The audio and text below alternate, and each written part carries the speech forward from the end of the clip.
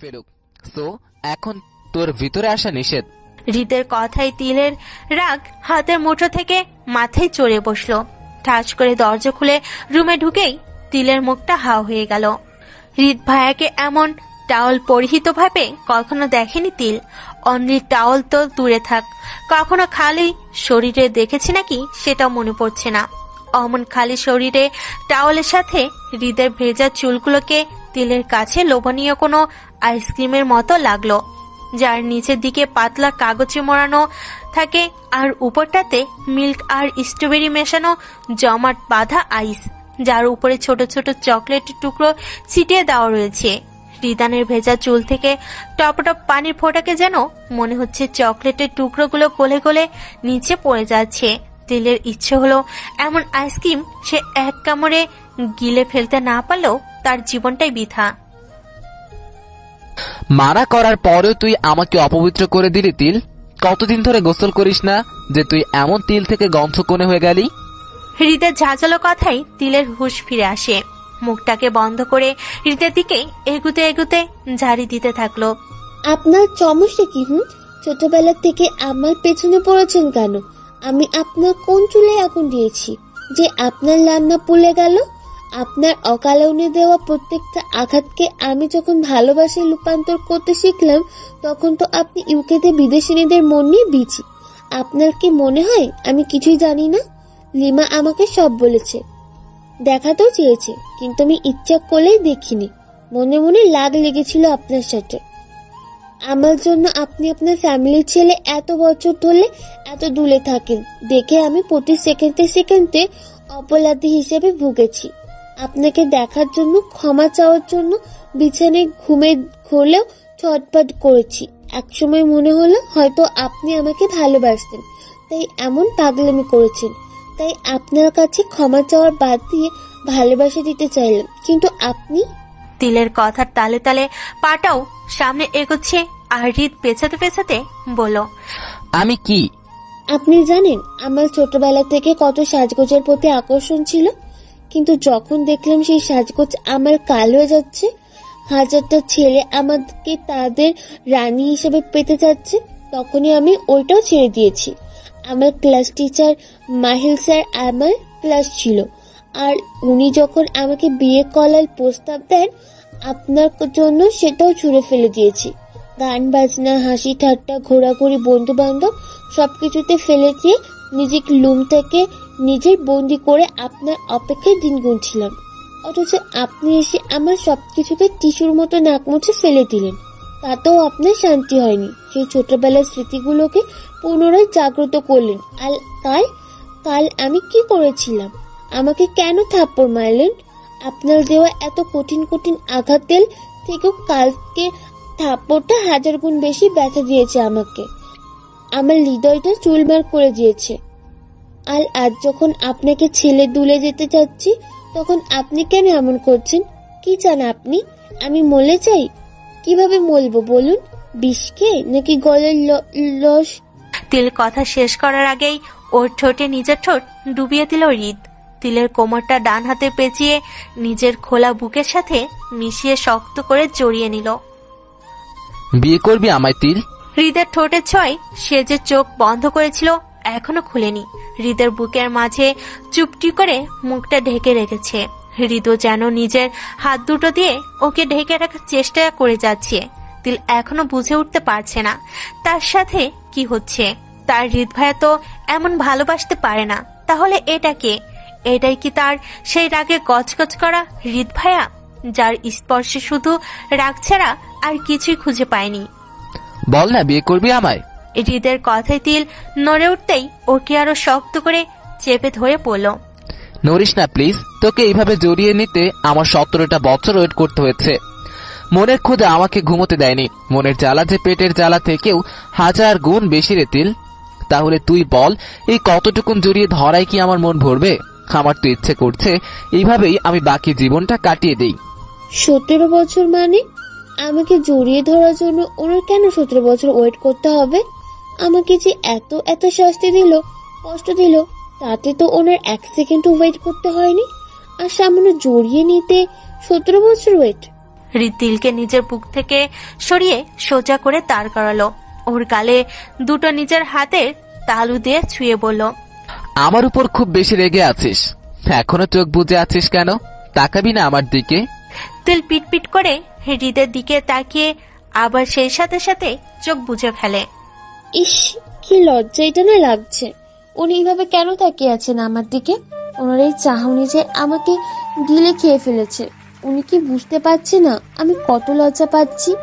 আর এত আদুরি গলায় কেন কথা বলছেন? শরমে আমার মাটির সাথে মিশে যেতে ইচ্ছা করছে, যে মাটিতে হৃদ ভাইয়া ছাড়া আর কোনো উপাদানই নেই। তুই লজ্জাও পাস? ওকে, তুই যখন তাকাবি না তাহলে আর কি করার? যা, আমার রুম থেকে বেরিয়ে যা, আমার কথা বলা শেষ। আমি কথা শুনবো হৃদ ভাইয়া। হৃদের বড় বড় চাহনি আর কথা শুনে হৃদ শব্দ করে হেসে দেয়। হৃদে মনে হলো তার তিল এখনো ছোট আছে। বউ হবি আমার? হৃদের কথায় তিল উত্তর দিতে গেলেই ওর ঠোঁট চেপে ধরে হৃদের শাহাদত আঙ্গুল। না তিল, এখন না। তুই এখন কোনো কথা বলবি না। আমি যা বলছি তাই শোন। পরশু আমি ইউকে ব্যাক করব। তোর হাতে আজ নিয়ে 2 দিন সময় আছে। এই 2 দিন তুই আমাকে নিয়ে ভাববি, খুব গভীরে গিয়ে ভাববি। যেমনটা পরীক্ষার হলে তোর আর্থিক বিবরণীর সম্পদের সাথে দায় না মিলালে তুই প্রথম থেকে খুঁটে খুঁটে ভুল বের করিস, তেমন করে ভাববি। ছোটবেলা থেকে আজ পর্যন্ত তোর সাথে আমার ঘটানো প্রত্যেকটা ঘটনাকে সাজিয়ে নিয়ে ভাববি। তোর এই রাগী, বদমেজাজি, স্বার্থপর লিদ ভাইয়াকে তুই চাস নাকি? শুধু চাইলে হবে না, মন থেকে চাইতে হবে। যদি তোর মন বলে যে আমাকে বিয়ে করে আমার সাথে সারা জীবন কাটাতে পারবি, আমার দেওয়া অত্যাচারগুলো সহ্য করতে পারবি, তাহলে তুই আমাকে বিয়ে করতে পারবি। একটা কথা সব সময় মনে রাখবি, আমার ভালোবাসা আর অন্য কারো ভালোবাসা একরকম হবে না। হয়তো আমাকে বিয়ে করলে তুই অনেক বেশি কষ্ট পাবি, হাতুরের থেকে কষ্টটাকেই বেশি নিতে হবে। আর তুই যদি অন্য কাউকে বিয়ে করিস, সে তোকে ভালোবাসার সাগরে ভাসিয়ে নিয়ে যাবে, যেটা আমি পারবো না। কেন পারবো না সেটা জিজ্ঞেস করবি না, আমি বলতে পারবো না। তিল কিছু বলার জন্য ঠোঁট নাড়াতেই হৃদ ওকে থামিয়ে দিয়ে বলল, পরশুদিন আমি কখন যাব তোকে বলবো না। তুই এই 2 দিন যদি নিজের মনে আমাকে খুঁজে পাস, তাহলে এয়ারপোর্টে গিয়ে আমাকে নিয়ে আসবি। আমি তোর জন্য ওয়েট করব। আর যদি তোর মনে আমাকে না পাস, তাহলে যাবি না। তোর অনুপস্থিতিতেই আমি বুঝে নিব তোর কি ডিসিশন, বুঝলি? হৃদের কথায় তিলের চোখ পানিতে ভরে গেল। করুণ চাহনি দিতেই হৃদ বলে উঠল, আমি জানি তুই এয়ারপোর্টে কখনো যাসনি, চিনিসও না, কিন্তু এটা তোর ভালোবাসার পরীক্ষা হবে। এটা হবে আমার ভালোবাসায় তোর এন্ট্রির প্রথম শাস্তি, বুঝতে পারছিস? এন্ট্রি নিতেই তোর এত বড় শাস্তি পেতে হচ্ছে, তাহলে সারা জীবন তোর উপর দিয়ে কি কি ঝড় যাবে এগুলোও ভাবিস।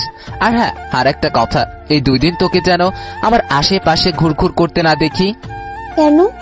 তাহলে তুই মাথা দিয়ে না আবেগ দিয়ে ডিসিশন নিয়ে ফেলবি, আর আমি সেটা চাই না।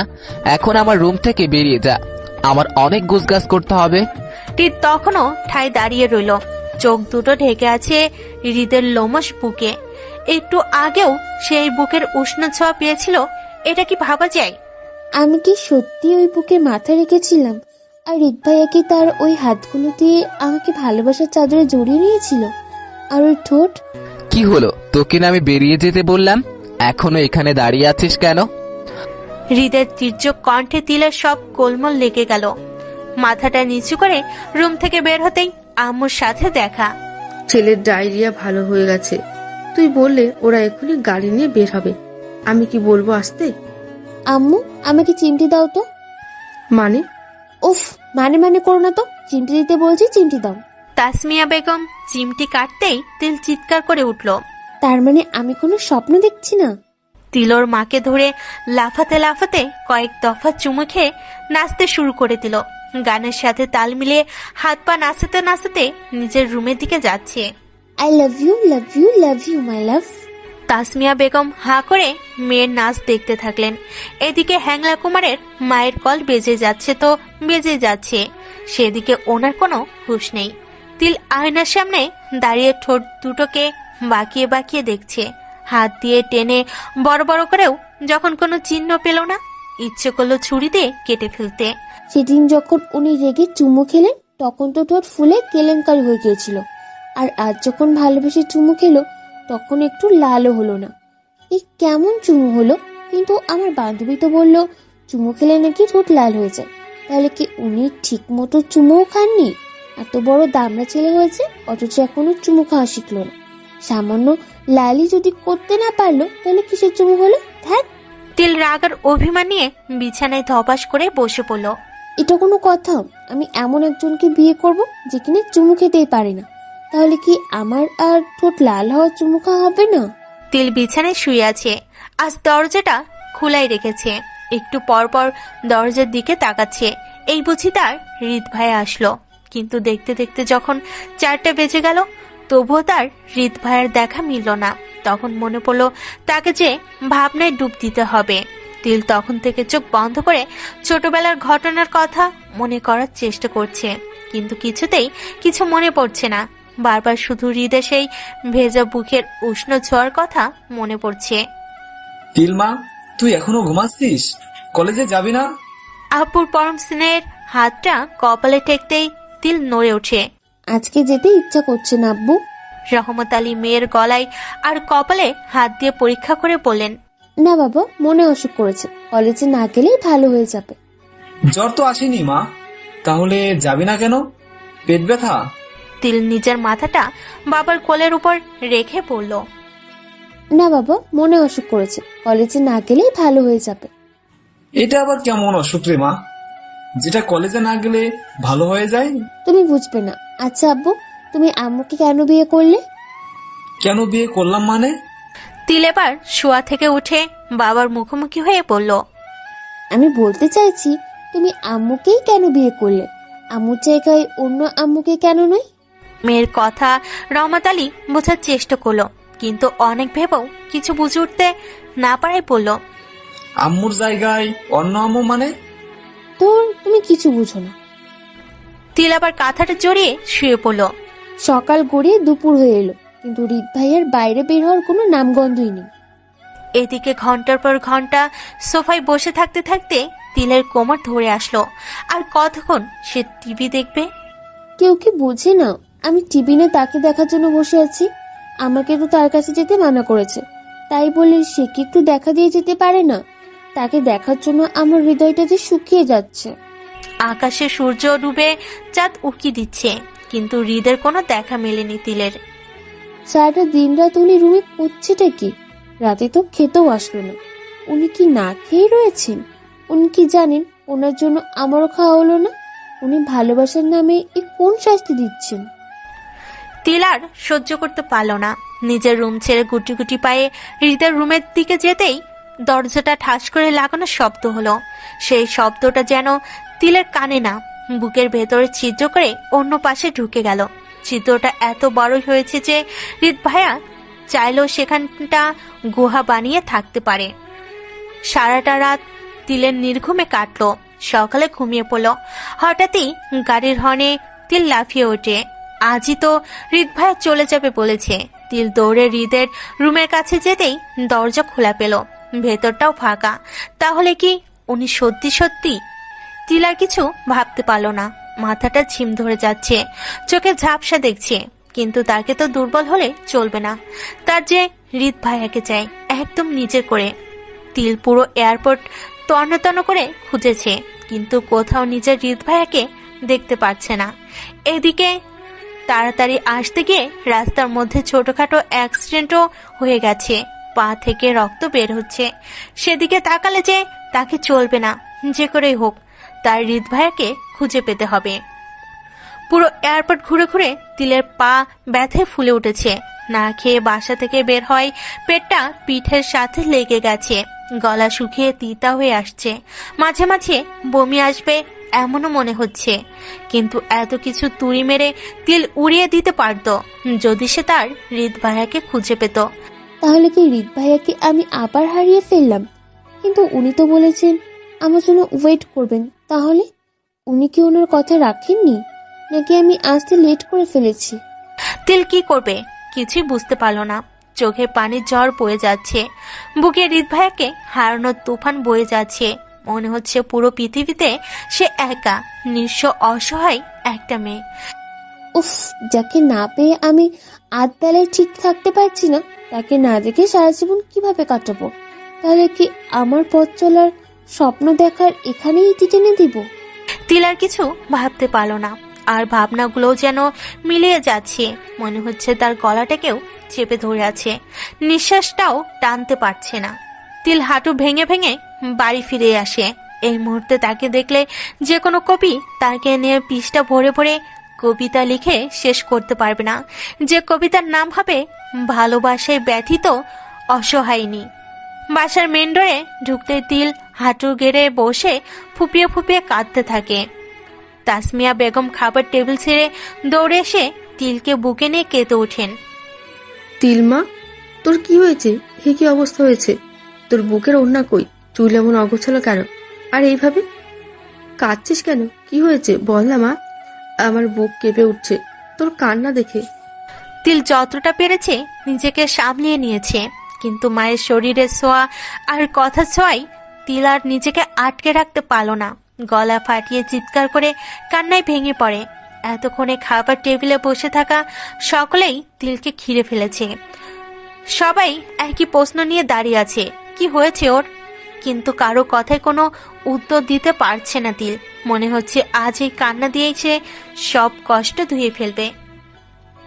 আম্মু, মুরগির মাংসের প্লেটে উইংস পার্ট কই? তুমি জানো না ওটা আমার কত প্রিয়? হৃদের কণ্ঠ পেয়ে তিল চোখ মেলে টেবিলের দিকে তাকালো। নিমিষে চোখের পানি ভ্যানিশ হয়ে সেখানে অবাক জায়গা করে নিয়েছে। মায়ের কাছ থেকে নিজেকে সারিয়ে নিয়ে ধীর ধীর পায়ে ডাইনিং টেবিলে সামনে এগুলো। হৃদ মাথাটা ঝাঁকিয়ে বাম হাতটা দিয়ে মাংসের বাটিতে উইংসের পাটটা খুঁজে যাচ্ছে। এমন ভাবে খুঁজছে যেন ওটা ছাড়া আর ভাত খাওয়াটাই বৃথা। তিল অবাক নয়নে হৃদের দিকে তাকিয়ে আছে। এটা কি করে হতে পারে? যাকে খুঁজে খুঁজে আমি নাই হয়ে গেলাম, সে কিনা এখানে মুরগির উইং খুঁজে ব্যস্ত। কিরে, এইভাবে তাকিয়ে আছিস কেন? তোর খেতে মন চাইলে খেতে বসে যা, কেউ তো মানা করেনি। কিন্তু আমার দিকে এমন ভাবে তাকিয়ে আছিস কেন? আমি কি তোর ভাগেরটা খেয়ে ফেলেছি? তোর কি আমাকে এত নিচু মনের মানুষ মনে হয়? আপনি আপনি এখানে? আপনি ইউকেতে যাননি? হৃদ তিলের দিক থেকে চোখ সরিয়ে পুনরায় মাংসের বাড়িতে মনোযোগ দিল। তিল তখনও তার প্রশ্নের উত্তরের জন্য গভীরভাবে চেয়ে আছে, কিন্তু হৃদের সেদিকে কোনো ভ্রুক্ষেপ না দেখে তিলের মেজাজ খারাপ হয়ে গেল। হৃদের সামনে থেকে মাংসের বাটিটা কেড়ে নিয়ে ওর মাথায় ঢেলে দিয়ে বলল, শুধু পাখা কেন, পা, কলিজা, গিলা, হাড্ডি, চামড়া, ভুলি, পশম সব গিলে গিলে খান। এগুলো খেয়েও যদি আপনার পেট না ভরে তাহলে আমার মাথাটা চিবিয়ে খেয়ে নিন, যত। তিল বিরক্ত নিয়ে চলে যেতে নিলে হৃদ ওকে টেনে খাবার টেবিলের সাথে চেপে ধরে এক হাতে ওর হাত দুটো পেছনে নিয়ে বাকি আটকে আরেক হাত দিয়ে টেবিলে থাকা যত তরকারি আছে সব তিলের মাথায় ঢেলে দিয়ে বলল, তোর কি মনে হয় আমি এত বছর পর এখানে এসেছি বোনের বিয়ে খাবো বলে, নাকি বিয়ে খাওয়া শেষ হলে ফিরে যাব বলে? এত সহজে তুই ছাড়া পেয়ে যাবি? নরম গলায় দুই একটা ভালোবাসার কথা বলেছি দেখে ভেবে নিলি আমি পাল্টে গিয়েছি? কখনোই না। তোর মৃত্যুর লাস্ট এক সেকেন্ডেও তুই আমার কাছে অত্যাচারিত হবি। আমি এখানে এসেছি শুধু তোর জন্য, অন্য কারো হাতে তোকে তুলে দেওয়ার জন্য না। আমি বেঁচে থাকতে কোনো ছেলের স্পর্শ তো দূরে থাক, চোখের চাহনি তোর উপর পড়তে দিব না। কি ভেবেছিলে তুই এখানে অন্য কারোর সাথে সুখের ঘর বাঁধবি আর আমি ইউকেতে বসে সুখ পালন করব? এতই সহজ? আজ যা হয়েছে পুরোটাই আমার প্ল্যান মাফিক হয়েছে। আমার সাথে রাগ দেখাস, তেজ দেখাস, আমিও দেখে ছাড়বো তোর তেজপাতা কত বেশি সুগন্ধি ছড়াতে পারে। শাওয়ার নিতে নিতে তিলের সর্দি বেঁধে গেছে, তবুও নিজের শরীর থেকে মসুরির ডালের গন্ধ যাচ্ছে না। যখনই মনে হচ্ছে আর গন্ধ করছে না বের হবে, তখনই আবার নাকে গন্ধ লাগছে।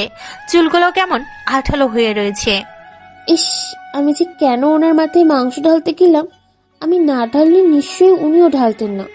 আমার এত সাহস কোথা থেকে আসলো? তিল নাক টানতে টানতে বই খুলে বসে পড়ে। রিমার বিয়ের জন্য তো আর পড়তে বসাই হয়নি, অনেক পড়া বাকি রয়ে গেছে। কয়েকদিন পরেই তো আবার পরীক্ষা। এখন তো রিক ভাইয়াও এখানে আছে। শেষে ফেল করার জন্য দেখা যাবে বই ছিঁড়ে ছিঁড়ে আমাকে পড়া খাইয়ে দিচ্ছে। তিল ফোনে গান ছেড়ে দিয়ে অঙ্ক শুরু করে দিল। হঠাৎই কারোর হাতের স্পর্শ পেল নিজের পায়ে। পা হালকা সরিয়ে নিতেই হৃদ বলে ওঠে, পা সরালি কেন? তুই চাস এখন আমি বাটি দিয়ে পাটা কেটে ফেলি? হৃদের এমন কথা শুনে তিল সাথে সাথে পাটা আগের জায়গায় রেখে দিল। উনি যেমন মানুষ সত্যি সত্যি কেটে ফেলতেও পারে, তখন তো আমাকে খোঁড়া হয়ে চলতে হবে।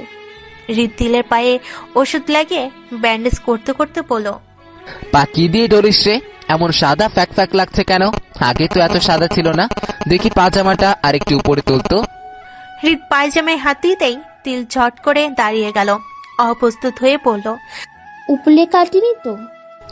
আমি কি তোকে জিজ্ঞেস করেছি উপরে কেটেছে নাকি? এত বেশি বুঝিস কেন? তিল মাথা নিচু করে দাঁড়িয়ে এক পা দিয়ে আরেক পায়ের পায়জামাটা টেনে পা ঢাকার চেষ্টা করছে।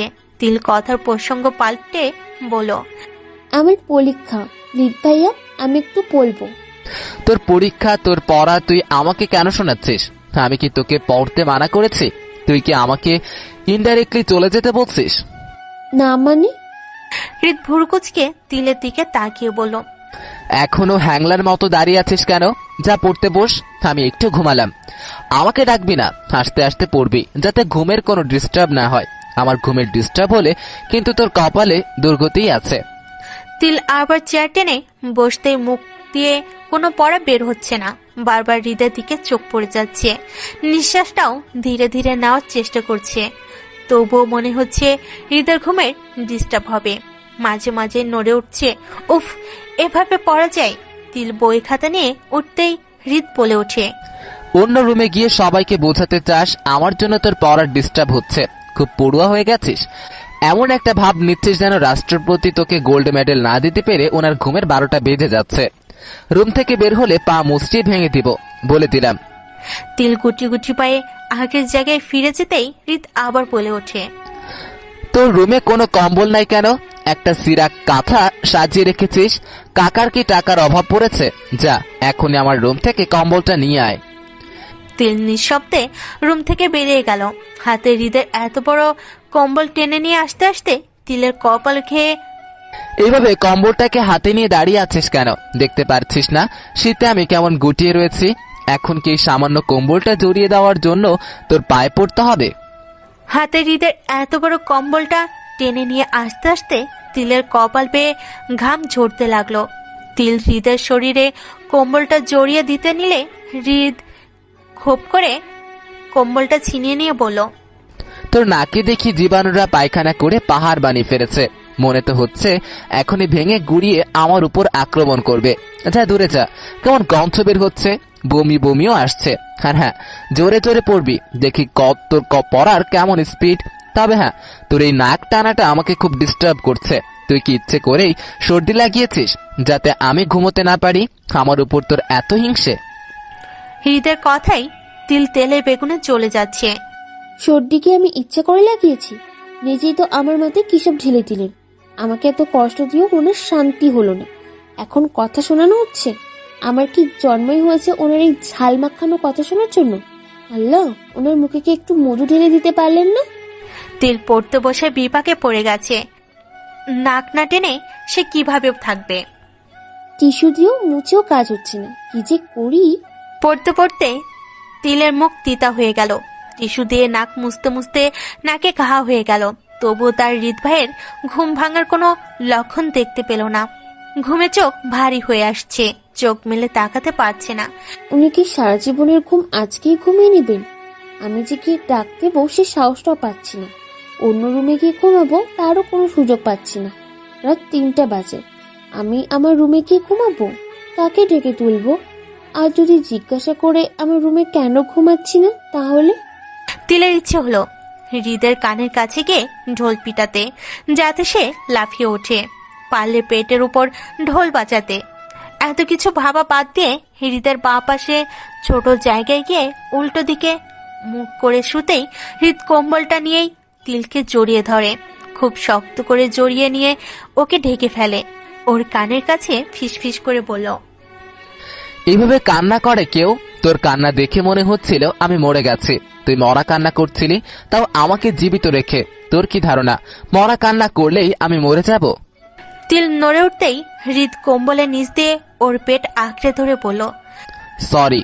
তিল হৃদের গরম হাতের উপর নিজের হাত দিয়ে চিমটি দিয়ে ধরে বলল, চুলচুলে লাগছে লিক ভাইয়া। আগে হালকা ভাবে ছুলো, এবার খামচি দিয়ে চেপে ধরে তিলকে আরেকটু গভীর ভাবে জড়িয়ে নিয়ে বলল, তোর শ্বশুরের কাছে আমার বলা সরি এত নগণ্য হয়ে গেল। আমি যে তোকে সরি বললাম সেদিকে কোনো হুঁশ নেই। তুই তোর শ্বশুরে নিয়ে পড়ে আছিস। আমার হাত থেকে তোর হাত সরাবি নাকি নাকি আমি তোর জামা সরিয়ে ফেলবো? তিল চট করে নিজের হাতটা সরিয়ে ফেলে। হৃদ নিজের হাতটা সরিয়ে নিয়ে উল্টো হয়ে শুয়ে পড়ল। তুই এমন কেন তিল?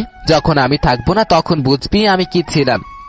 হৃদের ঠান্ডা কথার মাঝে কি ছিল তিল জানে না, কিন্তু এই সামান্য প্রশ্নটাই তিলের ভেতরে ভয় ঢুকিয়ে দিল। তিল পেছন থেকে হৃদকে জড়িয়ে নিয়ে কান্না করে দিল। হৃদ তিলের হাতটা টেনে নিয়ে নিজের বুকের বাঁ পাশটাই রাখলো। তিলের হাতটা নিজের হাত দিয়ে হালকা করে চেপে ধরে পড়ল। এই জায়গাটার খুব ব্যথা হয় রে। ব্যথায় প্রকট এতই বেশি বেড়ে যায় তখন আর নিজেকে সামলে রাখতে পারি না। জানিস এই জায়গায় ব্যথাটা কবে থেকে শুরু হয়েছে? তিলের উত্তরের জন্য ওয়েট না করেই হৃদ বলতে শুরু করে। তুই যেদিন হলি সেদিন আমার ভীষণ জ্বর এসেছিল, 104 ডিগ্রি। আব্বু তখন ব্যবসার কাজে অন্যত্র। আম্মু কাকিমাকেই সামলাবে নাকি আমাকে সামলাবে বুঝতে পারছিল না। একবার আমার কাছে তো আরেকবার কাকিমার কাছে যাচ্ছে। টেনশনে আম্মুর সব কাজ পাক খেয়ে যাচ্ছিল। এমনি পাক খেয়ে গেল যে তোর নাড়ি কাটার ব্লেডটা আমার দিকে বাড়িয়ে বলতেছিল, নে তাড়াতাড়ি নাড়িটা কেটে নে তো। সেদিন এত জোরের মধ্যেও আমি শব্দ করে হেসে দিয়েছিলাম। যে ছেলেটা একটু পরপর কাঁপুনি দিচ্ছিল সেই ছেলেটাকেই তোর নাড়ি কাটার ব্লেডটা শরীরে ঝাঁকিয়ে হাসি দিল। তারপর টানা 7 দিন পর আমি সুস্থ হলাম, কিন্তু তোকে দেখতে পেলাম না। তুই তো তখন কাকিমার সাথে হাতুর ঘরে, আর সেখানে আমার যাওয়া নিষেধ। এদিকে তোকে দেখার জন্য আমি ছটফট করছি। এত ছটফট তো রিমার বেলায় করিনি। এই ছটফট নিয়ে 40 দিন পার হলো। আম্মুর মুখে শুনলাম তুই নাকি বড় হয়ে যাচ্ছিস, হাত পা চুল একটু একটু করে চেঞ্জ হচ্ছে। তুই বড় হচ্ছিস অথচ আমি তোর বড় হওয়া দেখবো না, এটা হয়? সেদিন রাতে সবাই ঘুমিয়ে গেলে কাকিমার রুমে ঢুকে পড়ি। কাকিমা তখন গভীর ঘুমে, কিন্তু তুই তোর ব্যাটারির মতো চোখগুলোকে নাড়িয়ে নাড়িয়ে আমাকে দেখছিস। আর আমিও খপ করে তোকে কোলে তুলে বাড়ি ছাড়লাম। কেন ছাড়লাম জানি না, শুধু এটা মনে হয়েছিল তোকে মন ভরে না দেখা পর্যন্ত আমার মনের ছটফটানি বন্ধ হবে না। আর আম্মু তো আমাকে দেখতে দিচ্ছে না। তারপর ঘটল সেই ব্যথার সূত্রপাত। তোকে নিয়ে আমি একটা গাছের ডালের উপরে বসে আছি আর তোকে মন ভরে দেখছি। তুইও আমাকে দেখছিলি আর হাসছিলি। তোর তো তখন দাঁতও ওঠেনি রে তিল। কি অমায়িক হাসি! আমি দেখি মুগ্ধ। হঠাৎই কোথা থেকে আব্বু আর আম্মু চলে আসলো, সাথে তোর আব্বুও ছিল। আম্মু আমার কাছ থেকে তোকে ছিনিয়ে নিয়ে যাচ্ছিল, কারণ আমি তো তোকে দিতে চাচ্ছিলাম না। পিছন থেকে আব্বু আমাকে পেটাচ্ছে। আম্মু ছিনিয়ে নিয়ে যাওয়ার সময় তোর এই হাতের আঙ্গুলগুলো আমার হাতের বৃদ্ধা আঙ্গুলটা চেপে রেখেছিল। আমি তোর হাতের দিকে তাকিয়ে আছি। আম্মুর মুখে শুনেছিলাম তখনই তুই কোনো কিছুকে আঁকড়ে ধরতে শিখিসনি। তাহলে আমার আঙ্গুলটা কেন ধরলি? বল কেন ধরলি? হৃদ তিলের দিকে ঘুরে পড়ল। তিলের হাতটা চেপে ধরে বারবার বলছে, বল কেন ধরেছিলি সেদিন? আমি বলেছিলাম ধরতে? বলিনি তো, তাহলে কেন ধরলি? হৃদের এমন প্রশ্নে তিল কি উত্তর দিবে বুঝতে পারল না। একটা 40 দিনের বাচ্চা কেন হাত ধরেছিল সে কিভাবে বলবে? জানিস না তো, কিন্তু আমি জানি।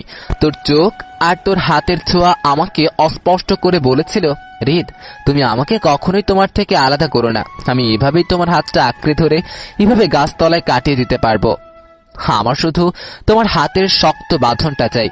হৃদের কাছ থেকে গল্প শুনতে শুনতে তিলের ভেজা চোখগুলো শুকিয়ে এসেছে। চোখ দুটো বড় বড় করে বলল, তাই বলেছিলাম। তাই তো বলেছিলি। তোর কি মনে হয় আমি মিথ্যে বলছি? আমি মিথ্যেবাদী? তুই আমাকে মিথ্যেবাদী প্রমাণ করতে চাস? হৃদ যে এবার রেখে অন্যদিকে চলে যাচ্ছে বুঝতে পারলো তিল, তাই সাথে সাথেই বলে উঠল, তারপর কি হলো লিক ভাইয়া? তারপর আর কি, আমার বুকের বাপাশে ব্যথা শুরু হয়ে গেল।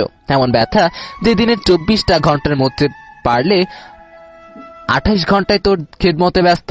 তোকে গোসল করানো, কপাল টিপ পরানো, জামা কাপড় পরানো, হিসু করলে কাঁথা পাল্টানো, কোলে নিয়ে গান শোনানো, ঘুম পাড়ানো সব আমি করেছি।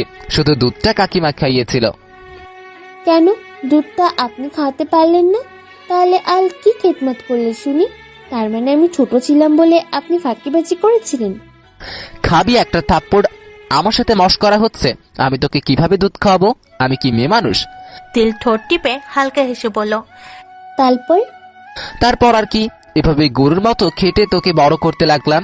হঠাৎই খেয়াল করলাম তুই আর আগের মতো আমার সাথে থাকতে পছন্দ করিস না। রিমার সাথে ঘুরিস, পুতুল খেলিস, মিলে খেলা আর কি। এটা আমার সহ্য হচ্ছিল না, কিন্তু তোকে কিছু বলতেও পারতাম না। সব সহ্য করে থাকলেও যেই দেখলাম তুই রবিনের সাথে খেলিস, সেদিন আমার মাথা গরম হয়ে গেল। এমনি গরম হলো যে তোকে কঠিন শাস্তি দিতে শুরু করলাম, আর তোর প্রেমে পড়তে শুরু করলাম। প্রেমে অবশ্য সে ছোটবেলায় পড়েছিলাম, কিন্তু বুঝতে পেরেছিলাম এইটে ওঠার পর। তারপর তো তুই সবই জানিসই, তবে একটা জিনিস জানিস না। কি? ছোটবেলার পাগলামিগুলো আমি না বুঝে করেছিলাম, বয়সের দোষ বলে যেটাকে, কিন্তু ইউকে থেকে আসার পর যা করেছি সব অন্য কারণে। কি? আমি সব সময় চেয়েছিলাম তুই আমার বিপরীতে কিছু করবি, কিছু বলবি, কিন্তু তুই এটা কখনোই করিসনি। সব সময় আমি যা বলি তাই করিস। ছোটবেলা তো তাও কেউ জিজ্ঞেস করলে বলে দিতি, কিন্তু এখন তাও করিস না। এটা আমাকে খুব বেশি রাখাতো। মনে হতো তুই একটা পুতুল। আমি কি এত দূর থেকে একটা পুতুলকে বিয়ে করতে এসেছি? তাই তোর উপর ডাবল ডোজ দিয়ে চেষ্টা করেছিলাম তোকে মানুষরূপী বানানোর জন্য, আর সেটাই আমি সফল। তবে এখনো পুরোপুরি হয়নি, মনে হচ্ছে আরো টাইম লাগবে, বাট এত টাইম নেওয়া আমার পক্ষে সম্ভব না। তিল এবার মাথাটা উঁচু করে হৃদের দিকে তাকিয়ে বলল, জাস্ট এটাই? কিন্তু আমার তো কখনো এমন মনে হয়নি। তোর মতো গাধীদের মনে হবেও না। দেখি সর, আমি এখনই রুমে যাব। কেন? হৃদ তিলকে নিজের কাছ থেকে সরিয়ে উঠে বসে পড়ল, অন্যদিকে ঘুরে পড়ল। এখানে আর 1 সেকেন্ড থাকলে আমি ভয়ঙ্কর কিছু করে ফেলবো। ভয়ঙ্কর কিছু মানে? যা বিয়ে আগে করা অন্যায়। হৃদার এক মুহূর্ত সেখানে দাঁড়ালো না। এক কঠিন অস্থিরতা তাকে গ্রাস করেছে। এভাবে ওড়না ছাড়া কেউ উপর থেকে মাথা নিচু করে, তাও এক রুমে, একই বিছানায়, একটা কম্বলের নিচে, এই মাঝরাতে। তিল হৃদের চলে যাওয়ার দিকে তাকিয়ে রইল। কি এমন হলো যে হঠাৎ করেই ওনার ভয়ঙ্কর কিছু করে ফেলতে মন চাইলো? হৃদের চলে যাওয়ার দিক থেকে চোখ সরিয়ে কম্বলের দিকে তাকিয়ে রইল। এই গরমে উনি কম্বল গায়ে দেন কেন? আমি তো ঘেমে গোসল করে ফেলেছি। ওনার শরীরটাও কেমন গরম গরম লাগছিল। আর ও যখন ওনার হাতটা আমার পেটে রাখলো, তখন মনে হচ্ছিল ওটা হাত না, আগুনের তাপে শক্ত হয়ে আসা পাতিলের তলা। এমন গরম হাতও কারো হয়? ছেলেদের হাত কি এমন গরমই থাকে, নাকি শুধু ওনার হাতে এমন গরম? তিল ভাবনার রাজ্যে ডুবতে ডুবতে কম্বলটা ভাঁজ করে হৃদের রুমে চলে যাচ্ছে। ওনার তো আবার কম্বল ছাড়া ঘুম হবে না। তিল হৃদের রুমের কাছে যেতেই হৃদ বলে উঠল, আজ আর শীত লাগবে না তিল, তুই এখন আমার রুমে ঢুকবি না। তিল ঢুকতে গিয়েও থেমে গেল। কেন জানি আজ ওনার নিষেধে হুঙ্কার নয়, অনুনয়ের ছোঁয়া পেল। তাহলে কি মানুষটা আস্তে আস্তে পাল্টে যাচ্ছে? তিলের ঘুম ভাঙলো রিমার ডাকে। ঘুম ঘুম চোখে চোখ মেলতেই রিমার হাসি হাসি মুখটা ভেসে উঠল। তিলকে টেনে তুলে বসিয়ে নিয়ে রিমা বলল, আমি জানতাম তোরা দুজন দুজনকে ভালোবাসিস, কিন্তু প্রকাশ করতি না। মানে? আর তুই হঠাৎ এখানে কেন রিমা? তুই আসবি এটা তো আমাকে জানালি না। তিলের কথার উত্তর দিল রিমার বর সিকান্দার সাহেব। আমিও জানতাম না তিলাপামনি। রিমা আমাকে ঘুম থেকে তুলে বলল আমার ভাইয়ের এনগেজমেন্ট, আর তুমি পরে পরে ঘুমাচ্ছ। এক্ষুনি উঠো, না হলে কিন্তু গরম পানি মাথায় ঢেলে দিব। আপনি বলেন এই গরমে গরম পানি দিয়ে গোসল করলে কি শরীর মানবে? ঠান্ডা পানি হলো মানা যেত, তাই গরম পানির ভয়ে আমি লুঙ্গি পরে রিমাকে নিয়ে বেরিয়ে পড়ি। তিল সিকান্দার সাহেবের দিকে তাকিয়ে সত্যি অবাক হলো। শ্বশুর বাড়িতে নতুন জামের আগমন কিনা লুঙ্গি পরে? কার এঙ্গেজমেন্ট রে রিমা? কার আবার? তোর আর ভাইয়ার। আমার যে কি খুশি লাগতেছে না। আমি তো ভেবেছি আমি আর সিকা বেলি ফুলের একই ছাপার শাড়ি আর পাঞ্জাবি পরবো। কেমন হবে রে তিল? আমার এঙ্গেজমেন্ট, অথচ আমি জানি না। আর এই শিকাটাকে? তিলের প্রশ্নে মন খারাপের সুরে সিকান্দার বলে উঠল, আমি আপামনি। রিমা আমার নামের শর্ট ফর্ম করে শিকা দিয়েছে। আর ছেলেদের পাঞ্জাবিতে কি কখনো বেলি ফুল যায় বলুন তো? গোলাপ ফুল হলো একটা কথা ছিল। রিমা এবার তেলে বেগুনে জ্বলে উঠে বলল, শিকা নামের সাথে বেলি ফুলই যায়, বুঝেছো? এখানে আসতে না আসতে আমার বান্ধবীর কাছে নালিশ দেওয়া শুরু করেছো। থাকবো না আমি আর এখানে। আমি এক্ষুনি বাপের বাড়ি চলে যাব। তুই তো বাপের বাড়ি আসছিস রিমা, আর কোন বাপের বাড়ি যাওয়ার কথা ভাবছিস? তিলের কথায় রিমা জিহ্বায় কামড় কেটে বলল, আমি কেন বাপের বাড়ি যাব? সিকাকে ওর বাপের বাড়ি পাঠিয়ে দিব। সিকান্দার সাহেব আকুতি নয়নে তিলের দিকে তাকিয়ে রইল। তিল কিছু বলতে যাবে তার আগেই দরজার পাশ থেকে রিত বলে উঠল, রিমা, তোর হাবলুড়ে নিয়ে এখান থেকে যা তো, আমার তিলের সাথে দরকার আছে। তোর দরকারে বাহাত ঢুকাচ্ছে কে? তুই তো দরকার শেষ কর, তার জন্য আমাদের কেন যেতে হবে? তুই এখান থেকে যাবি নাকি আমার হাতে তোর হাবলুড়েও মায়ের খাওয়াইতে চাস? রিমা কান্না কণ্ঠে বলল, বিয়ে করার আগেই বোনকে বের করে দিচ্ছিস, তাহলে বিয়ের পর কি করবি ভাইয়া? ডেকে এনে এভাবে অপমান করলি তো থাকবো আর এখানে? আজই আমি আমার শ্বশুর বাড়ি চলে যাব। রিমা তার বরকে টানতে টানতে তিলের রুম থেকে বেরিয়ে চলে গেল। রিমা চলে যেতেই রিত তিলের রুমের দরজাটা ভেতর থেকে আটকে দিল। তিলের দিকে একটা প্যাকেট ছুড়ে দিতেই তিল লাফিয়ে ওঠে। কি এটা? আর আপনি দরজা আটকালেন কেন? রিত দরজা ছেড়ে তিলের সামনে থেকে প্যাকেটটা নিয়ে ছিঁড়ে ফেল। ভেতর থেকে একটা লাল জামা বের করে তিলের হাতে ধরিয়ে দিয়ে বলল, নে, এটা পরে নে। কেন? কথা বলবি তো থাপ্পড় খাবি। আপনি বলতে হবে। তিলকে অবাক করে দিয়ে রিত বিছানায় উঠে গেল। তিলের পরহিত জামায় হাত দিতেই তিল চিৎকার করে ওঠে, আমি চেঞ্জ করছি, প্লিজ জামা ছিঁড়বেন না। গুড, তোর তো দেখি দিনে দিনে বুদ্ধি বাড়ছে, কিন্তু বুদ্ধির উৎপত্তি এত লেট করে করছিস কেন? সারের দাম কি বেড়েছে? চিন্তা করিস না, আমি না হয় সার কেনার টাকাটা তোকে দিয়ে দিব, তুই এককালীন কিস্তিতে আমাকে পরিশোধ করিস। তবে হ্যাঁ, চক্রবৃদ্ধি হারে কিন্তু সুদও দিতে হবে, বুঝেছিস? চক্রবৃদ্ধিতে কেন? সেটা তোকে পরে বলবো, এখন ঝটপট জামাটা পাল্টে নে। তিল নিজের বিছানা ছেড়ে ওয়াশরুমের দিকে পা বাড়াতেই রিত বলে উঠল, তুই যদি ওয়াশরুমে গিয়েই জামা পাল্টাবি তাহলে আমি এত কষ্ট করে দরজায় সিটকিনি লাগালাম কেন?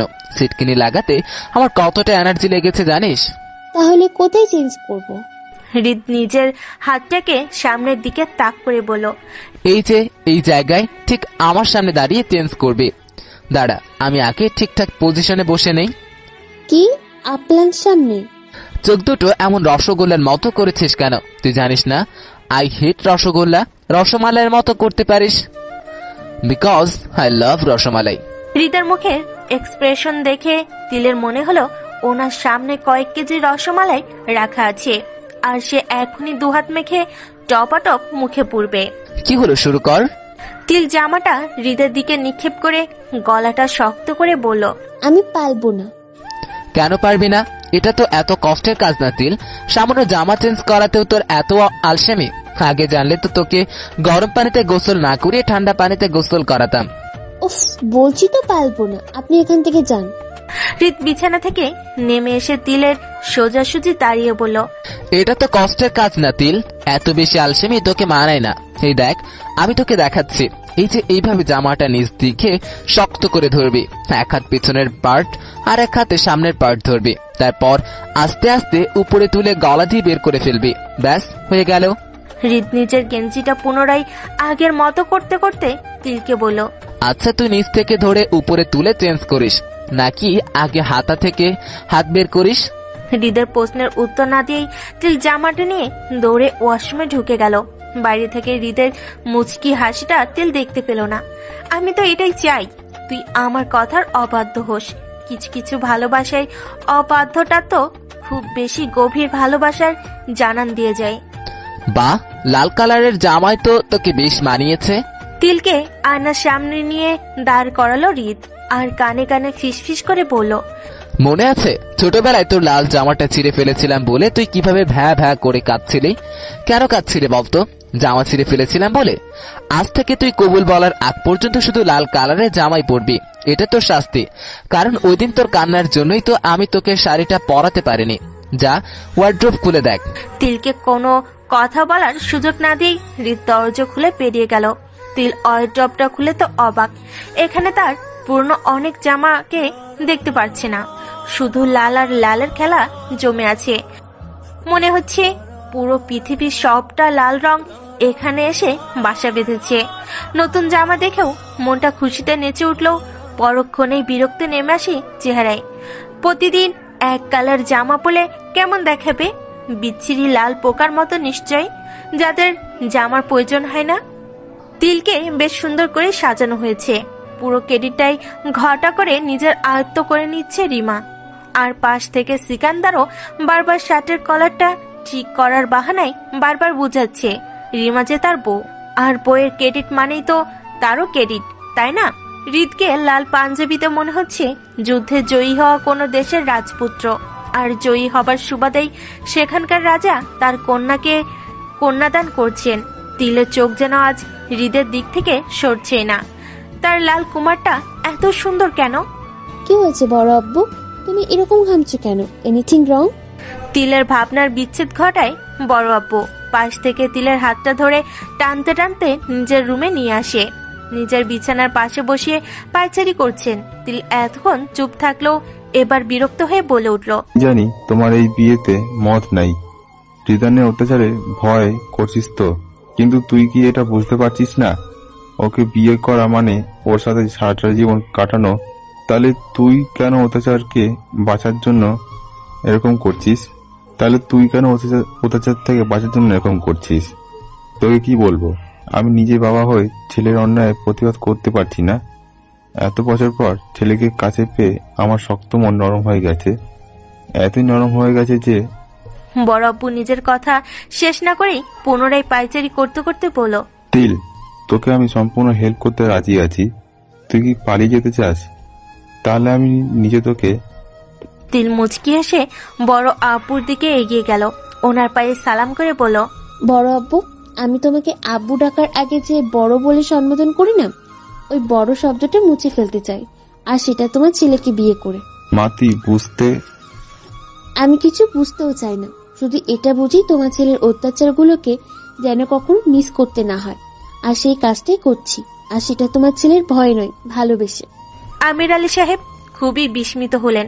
আমার ছেলেটার সাথে কি তাহলে মেয়েটাও পাগল হয়ে গেল? তাসমিয়া বেগম বারবার চোখের পানি মুছিয়ে ভিজিয়ে ফেলছেন নিজের শাড়ির আঁচল। আজ দুটো ভালোবাসার পূর্ণতা পাচ্ছে। কেউ জানুক আর না জানুক, সে তো জানতো তিল হৃদের জন্য কত চোখের পানি ফেলেছে। আর হৃদ, সে তো ছোটবেলায় তিলের কপালে সেকেন্ডে সেকেন্ডে কালো টিপ দিত, যাতে তিলের দিকে কারো নজর না পড়ে। টিপটা হালকা হয়ে এলেই সাথে সাথে গাঢ় করে দিত।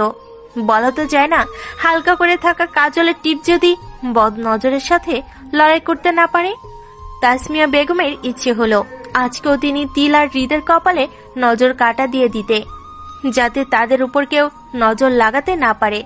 হৃদ আর তিলের এঙ্গেজমেন্ট সম্পূর্ণ হলো খুবই ঘরোয়া ভাবে। হঠাৎ করে হৃদের চাওকে পূরণ করতে যে কয়েকজন পেরেছেন, সেই কয়েকজন বাসায় এনে হাজির করেছেন আমির আলী। বিয়েটা তীরের পরীক্ষার পরে ঠিক করলে হয় না বাবা? না, হয় না। পরীক্ষার এখনো 2 মাস বাকি। আব্বু, আমি এইভাবে একা একা থাকতে পারবো না। আই নিড তিল ইন মাই বেডরুম। ছেলের এমন লজ্জাহীন কথাই নিজেরই মুখ ঢেকে ফেলার অবস্থা হয়েছে আমির আলী সাহেবের। এভাবে বাবার সামনে কোনো ছেলে যে এমন ভাবে কথা বলতে পারে, সেটা রিদানকে না দেখলে হয়তো জানতে পারতেন না। এই মুহূর্তে এখান থেকে ছেলের লজ্জাহীন কথা শোনার থেকে ভালো বিয়ের কাজে লেগে পড়ার। আর কটা দিনই বা আছে, 15ই মার্চ বিয়ে, মানে হাতে আর 17 দিন বাকি। আমাদের বংশের একমাত্র ছেলে বলে কথা, বিয়েটা তো যেন তেন ভাবে দেওয়া যাবে না। তিল বিছানা গুছানোর সময় সিকান্দার সাহেব এসে হাজির, হাতে একটা হলুদ পাঞ্জাবি। তিলাপামুনি, আপনি কি আমাকে একটু বিষ দেবেন? আমি খেয়ে মরে যাই। আত্মহত্যা করবেন? কিন্তু খুবই দুঃখের বিষয় দুলা ভাই, আমার কাছে কোনো বিষ নেই। বিষ নাই শুনে সিকান্দার সাহেবের মাথায় বাড়ি পড়ল। এমন ভাব নিয়ে তিলের মাত্রই ঝেড়ে ঝুড়ে পরিষ্কার করা বিছানায় ধপ করে বসে পড়লেন, ডান হাতটা কপালে ঠেকানো। কি হয়েছে দুলা ভাই, আমাকে কি বলা যাবে?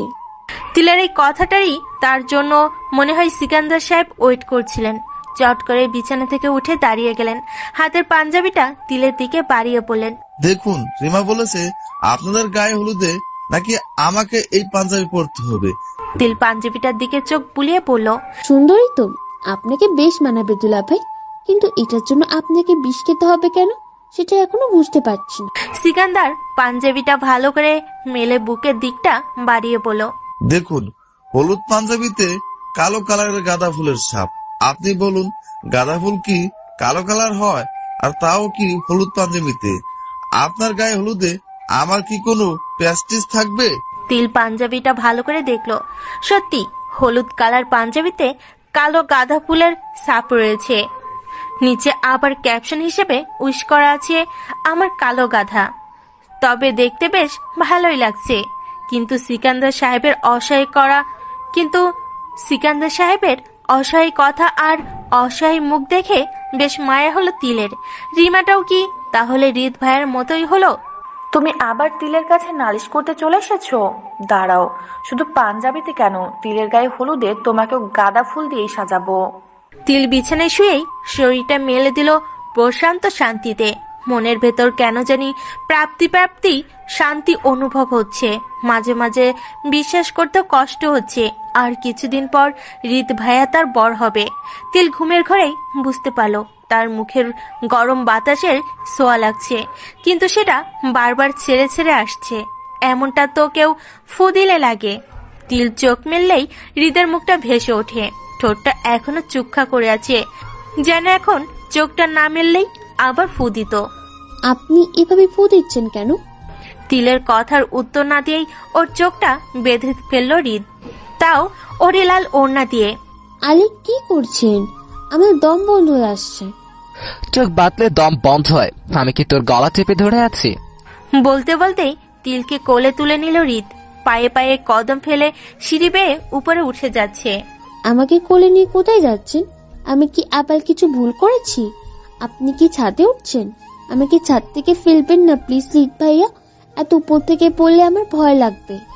এই জন্যই তো চোখ বেঁধে নিয়েছি, কতটা উপর থেকে পড়বি তুই দেখতেও পারবি না। তিলের খোলা চুলগুলো তিলের মুখের সামনে এসে ভিড় করেছে, রাগে চোখ মুখ ফুলে আছে।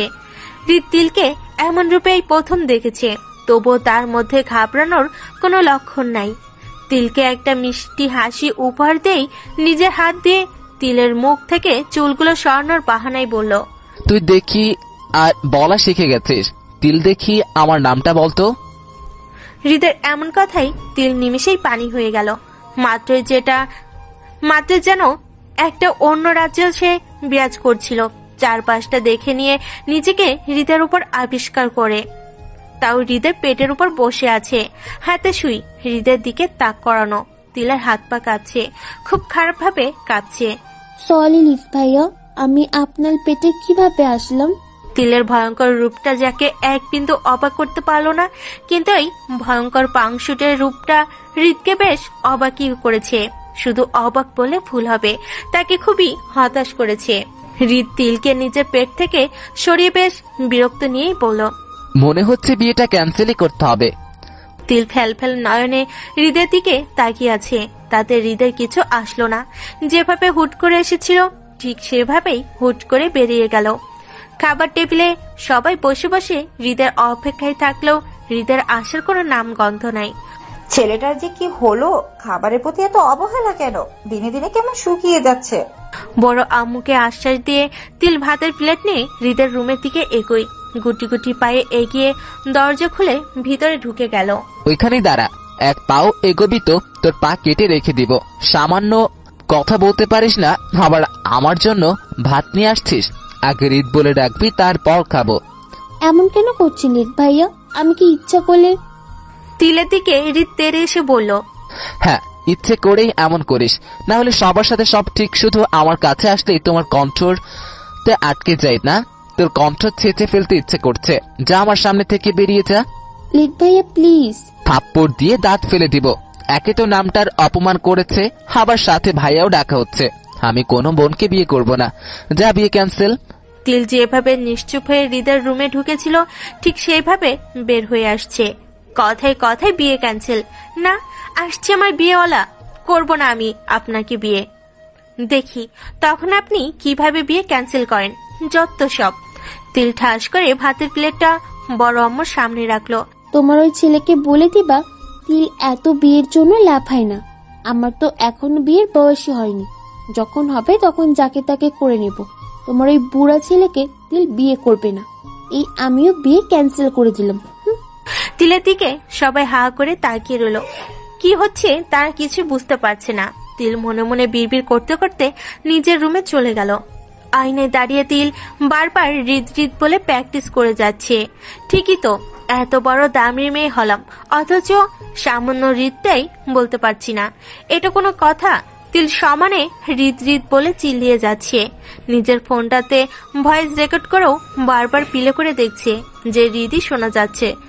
একটা বারও সে হৃদের জায়গায় হৃদ বলছে না, কিন্তু ওনার সামনে গেলেই কেন এমনটা হয়? তিল ভাবতে ভাবতে ঘুমিয়ে পড়ল। ঘুমের ঘরেই সে স্বপ্নের রাজ্যে পাড়ি জমিয়েছে। হঠাৎই হৃদের মুখটা ভেসে উঠে, পুরো শরীরে রক্তমাখা। এটা তো সেই ছোট্ট কালের হৃদ, যে সাদা শার্ট আর কালো প্যান্ট পরে স্কুলে যেত। সাদা শার্টটাও এমন রক্তে মাখা, চোখ ভর্তি পানি। ছলো ছলো চোখ নিয়ে তিলের দিকে তাকিয়ে আছে। একটা হাত তিলের দিকে বাড়িয়ে দিয়েছে। কেন জানি সেখানে নিজেকে দেখতে পাচ্ছে না তিল, তবে স্পষ্ট বুঝতে পারছে হৃদ তিলের দিকেই হাত বাড়িয়ে দিয়েছে। তাহলে সেখানে তিল নাই কেন? ঘুমের ঘরে তিল ছটফট করতে করতে নিজেকে খুঁজতে থাকে। তার হৃদ ভাইয়ের হাতটা ধরার জন্য তো তার নিজের হাতের প্রয়োজন, কিন্তু সে নিজেকে দেখতেই পারছে না। সেখানে সে হাতটা কই পাবে? হৃদের হাতটা আস্তে আস্তে শক্তি হারিয়ে ফেলছে। তিলকে ছোঁয়ার যে তীব্র ইচ্ছে ছিল সেটা আস্তে আস্তে অসাড় হয়ে আসছে। হৃদের হাতটা শূন্য থেকে মাটিতে গিয়ে ঠেকেছে। হৃদের চোখগুলো বন্ধ হয়ে আসছে। ঠোঁট দই বিড়বিড় করে বলছে, তুই আমাকে মেরে ফেললি তিল। তিল শোয়া থেকে লাফিয়ে ওঠে। পুরো শরীরে ঘামে নিয়ে ফেলেছে। গলাটা শুকিয়ে কাঠ হয়ে আছে। মনে হচ্ছে কয় জনম ধরে সে পানি ছোঁয়া পায়নি। এত জোরে জোরে কেউ নাক ডাকে? তোর জন্য আমার ঘুম ভেঙে গেল। হঠাৎ এমন কণ্ঠ শুনেই তিল বুঝতে পারল তার পাশে আরেকজন চুপটি মেরে বসে আছে। সে আর কেউ নয়, একটু আগে যাকে নিয়ে ভয়ঙ্কর স্বপ্ন দেখেছে সে। তিল হৃদের বুকে ঝাঁপিয়ে পড়ে অঝরে কাঁদতে থাকে। তিলের এমন কাণ্ডে হৃদ থতমত খেয়ে গেল। তোর নাকের ডাকে ঘুম ভাঙলো আমার, আর কাঁদছিস তুই? হৃদের কথায় তিল আরো শক্ত করে জড়িয়ে ধরে। ইচ্ছে করছে নিজের এই মানুষটাকে নিজের বুকের ভেতর ঢুকিয়ে ফেলে, যাতে কোনো বিপদের আঁচ লাগতে না পারে। তুই এইভাবে জড়িয়ে ধরলে তো আমার এখনই তোকে বিয়ে করে ফেলতে ইচ্ছে করবে, কিন্তু আমি তো বিয়ে ক্যান্সেল করে দিয়েছি তিল। এখন কি করি বলতো? আমার খুব ভয় করছে, একটু জড়িয়ে ধরুন না প্লিজ। তিলের কণ্ঠে এমন কিছু ছিল যা হৃদের দুষ্টামির ভাবটা কাটিয়ে দিল। এভাবে সে তিলকে কখনোই কথা বলতে দেখেনি। হৃদ নিজের হাত দুটো দিয়ে তিলকে আবদ্ধ করে নিল। কি হয়েছে আমার বউটার? কিসের কান্না কাঁদছে শুনি? হৃদের মুখে বউ ডাকটা শুনে নিমিষেই তিলের চোখের পানি শুকিয়ে গেল। উপরঞ্চ লজ্জায় লাল হয়ে হৃদকে ছেড়ে দিতে হৃদ আবার চেপে ধরে বলল, বিয়েটা আজকেই করে ফেলি, কি বলিস? নে কবুল বল। একটু আগেও যে মেয়েটা ভয়ে কেঁপে উঠছিল সেই মেয়েটাই লজ্জায় কেঁপে উঠছে। তিলের মনে হলো এই কবুল শব্দটাতেই মিশে আছে অসংখ্য রঙের লজ্জা, যেগুলো একের পর এক তিলকে রাঙিয়ে দিচ্ছে। উনি এত নির্লজ্জ কেন? আমাকে কি লজ্জা দিয়ে মেরে ফেলবে? এত লজ্জা দিলে তো আমি মরে আবার জীবিত হয়ে যাব। কি হলো কবুল বল। ইস, আমি এমনি এমনি কবুল বলবো কেন? দিনমোহর লাগবে। হৃদ তিলকে নিজের বুক থেকে সরিয়ে ওর থুতনিতে হাত রাখে, মুখটা উঁচু করে বলল, আমার এই তুত্তি বউয়ের আবার দিনমোহরও চাই? চাই তো। তা কেমন দিনমোহর শুনি? লাল নাকি নীল নাকি হলুদ দিনমোহর? জানি না, জানতো এখান থেকে। তাহলে কবুল বলবি কাকে? যাকে খুশি তাকে। কি? হৃদকে এক প্রকার ঠেলে ঠুলে পাঠিয়ে তিল আবার বিছানায় এলিয়ে পড়ে। চোখের পাতা এক কোলেই বারবার হৃদের সেই রক্ত মাখা মুখটা ভেসে উঠছে। কানে বারংবার বেজে যাচ্ছে একটা কথাই, তুই আমাকে মেরে ফেললি তিল। তিল কিছুতেই ঘুমোতে পারল না। সারাটা রাত ছটফটেই পার করে দিল। বিয়ের ব্যস্ততা, পরীক্ষার পড়ার ব্যস্ততা আর হৃদের ছোটখাটো শাস্তি নিতে নিতেই বিয়ের ডেট খুব কাছে চলে এসেছে। এদিকে তিল লাল জামা পরতে পরতে এই কালারটার প্রতি তার তেতো চলে এসেছে। তাই বিয়ের শাড়ি সে লাল কিনবে না। হৃদের সাথে ঝগড়া করে সে নীল কালারের বেনারসি কিনে নিয়েছে। কেন জানি এখন আর হৃদের রক্তবর্ণ চোখ তিলকে ভয় পাওয়াতে পারে না। হয়তো হৃদ নিজেই চায় না তিল তাকে আর ভয় পাক। এবার না হয় একটু ভালোবাসাই দেওয়া যাক। অনেক তো হয়েছে। বিয়ে বাড়ি মানেই ব্যস্ততা, মেহমানদের আনাগোনা আর গান বাজনা তো আছেই। তার মধ্যেও টাইম করে তিলের পড়াটা আদর করে নেওয়ার কাজ নিয়েছে হৃদ। আজকেও তার অনিয়ম হয়নি। তিলের ইংলিশ খাতায় দুটো রসগোল্লা এঁকে দিয়ে বলল, যা 200 বার কান ধরে উঠবোস কর। কি? তিল নাক মুখ কুচকিয়ে না করে দেওয়াতে হৃদ যেন আরো বেশি উৎসাহ পেল। পড়ার সময় তিলের ভুল ধরে শাস্তি দিতে তার খুব ভালো লাগে। মাঝে মাঝে মনে হয় ছোটবেলায় সে তিলকে পড়াচ্ছে। হৃদ কণ্ঠটা একটু শক্ত করে বলল, কি বললি আবার বলতো? তিল মনে মনে হৃদকে হাজারটা বকা দিতে দিতে কানে হাত দিল। উঠবসও শুরু হয়ে গেছে। হৃদের বেশ হাসি পাচ্ছে, কিন্তু হাসিটাকে আটকে একটু রাগ রাগ হয়েই বলল, মুখটা অমন লাল বানরের মতো করে লাভ নেই। পরীক্ষায় লাড্ডু পাবি, পরে আব্বু এসে আমাকে সব দোষ দিবে। তুই তো এই সুযোগ খুঁজে বেড়াস কিভাবে আব্বুর কাছে আমাকে খারাপ বানাবি, তাই না? আপনার মাথা কাল গায়ে হলো, অথচ আজকেও আমাকে পালানো হচ্ছে। আপনার সাথে বিয়ে ক্যান্সেল। হৃদ কিছু বলতে যাবে তার আগেই নিজের ফোনের রিংটন বেজে উঠল। দাঁড়া, চুপ করে ভেতর ঢুকে পড়ে তিল। আব্বুর ফোনটা নিয়ে হৃদের নাম্বার খুঁজতে থাকে। কি হয়েছে তিল? কিছু না আব্বু, তুমিও ঘুমাও। আব্বু, তোমার মোবাইলটা একটু নিতে পারি? তিল নিজের রুমে এসে একের পর এক কল দিয়ে যাচ্ছে হৃদের নাম্বারে। প্রথম কয়েকবার রিং বাজলেও ওই দিক থেকে কোনো রেসপন্স আসেনি। তিল পুনরায় কল করতে গিয়ে দেখে ফোন সুইচ অফ। তিলের ভয় হচ্ছে, সাথে খুব খারাপ ভাবে কান্না পাচ্ছে, কিন্তু সে এখন কাঁদবে না। মনে হচ্ছে কাঁদলে খারাপ কিছু ঘটবে। তিল নিজেকে যথেষ্ট শান্ত রাখার চেষ্টা করে নিজের আপুর ফোন থেকে নাম্বারটা নিজের ফোনে টুকে নিল। নিজের নাম্বার থেকে কল দিয়েও যখন ফোনটা অফ পেল, তিলের হাত পা কাঁপুনি উঠে গেল। কিছুতেই আর নিজেকে স্বাভাবিক রাখতে পারছে না, বারবার শুধু কল দিয়ে যাচ্ছে। সকালে বরাবর চিৎকার শুনে লাফিয়ে ওঠে তিল। কাল রাতে হৃদকে কল দিতে দিতে কখন ঘুমিয়ে পড়েছে তার জানা নেই। তিল দৌড়ে বরাবর রুমের কাছে চলে আসে। বিয়ে হবে না মানে? তোর মাথা ঠিক আছে রিত? আজ তোদের গায়ে হলুদ, বাড়ি ভর্তি মেহমান, আর বলতিস বিয়ে হবে না? হৃদ চিৎকার করে সবাইকে উদ্দেশ্য করে বলল, বিয়ে হবে না সেটা কখন বললাম আব্বু? আমি বলেছি এখন হবে না, তিলের পরীক্ষার পরে হবে। হৃদের কথায় আমির সাহেব প্রচন্ড ক্ষেপে যান। তোর কাছে কি বিয়েটা ছেলেখানা মনে হচ্ছে? তুই যখন চাইবি তখন বিয়ে হবে। তোর ইচ্ছাতেই সব, আমাদের ইচ্ছের কোনো মূল্য নেই। হৃদ নিজের সামনে থাকা শোকেসটাই লাথি মেরে বলল, হ্যাঁ হ্যাঁ হ্যাঁ, আমার ইচ্ছেতেই সব। আমার যখন ইচ্ছে হবে তখন বিয়ে হবে। বেরিয়ে যাও আমার রুম থেকে এক্ষুনি। রাগে আমির সাহেবের শরীর কাঁপছে। বাসা ভর্তি মেহমান, একটু পরে গায়ে হলুদের আয়োজন শুরু হয়ে যাবে। বিয়ের কোণে আর বর যেহেতু একই বাসারই, সেহেতু আয়োজনটাও সেরকমই করা হচ্ছে।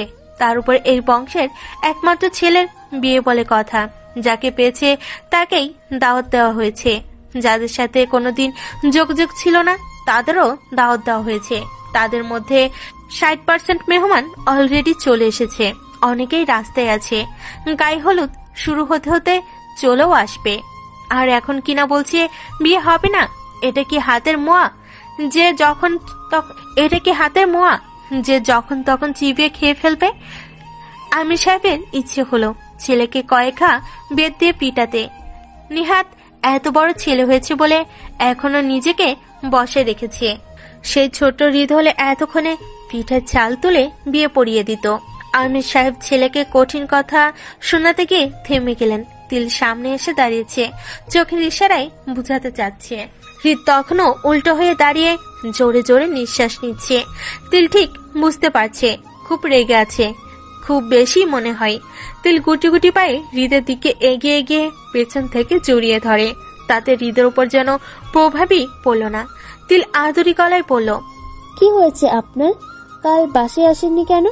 জানেন আমার কত কষ্ট হচ্ছিল।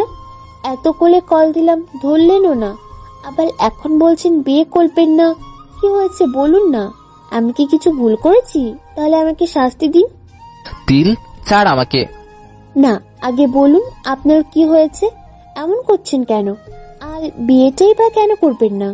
তিলকে নিজের কাছ থেকে সারিয়ে নিয়ে তিলের গালে ঠাস করে একটা চড় বসিয়ে দিল হৃদ। সাথে সাথে তিলের চোখ ভিজে এলো। আমি কেন বিয়ে করব না তোর কাছে জবাবদিহি করতে হবে? তুই কি জবাবদিহির প্রেসিডেন্ট হয়ে গেছিস? করবো না আমি বিয়ে, কি করবি তুই? আমাকে পুলিশে দিবি, ফাঁসিতে ঝুলাবি? একটু ভালোভাবে কথা বলেছি দেখে খুব সাহস বেড়ে গেছে না? এখন আবার জবাবও চাস?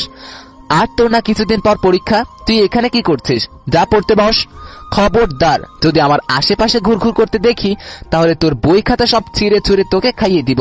পরীক্ষা রেখে বিয়ে করার জন্য লাফাচ্ছে। পা কেটে ফেলে দিব। তখন দেখবো তুই কিভাবে এত লাফাস। এখনো যাসনি তুই, আর একটা চর খাবি। আজ অনেকদিন পর হৃদকে এমন আচরণ করতে দেখে তিল শকড হয়ে যায়। কাল রাতেও তো ঠিকই ছিল, হঠাৎ করে কি এমন হলো? তিল গালে হাত দিয়ে কাঁদতে কাঁদতে বেরিয়ে এলো। নিজের জেদি ছেলের কাছে হার মানতেই হলো আমির সাহেবের। লজ্জায় যেন মাথা কাটা যাচ্ছে।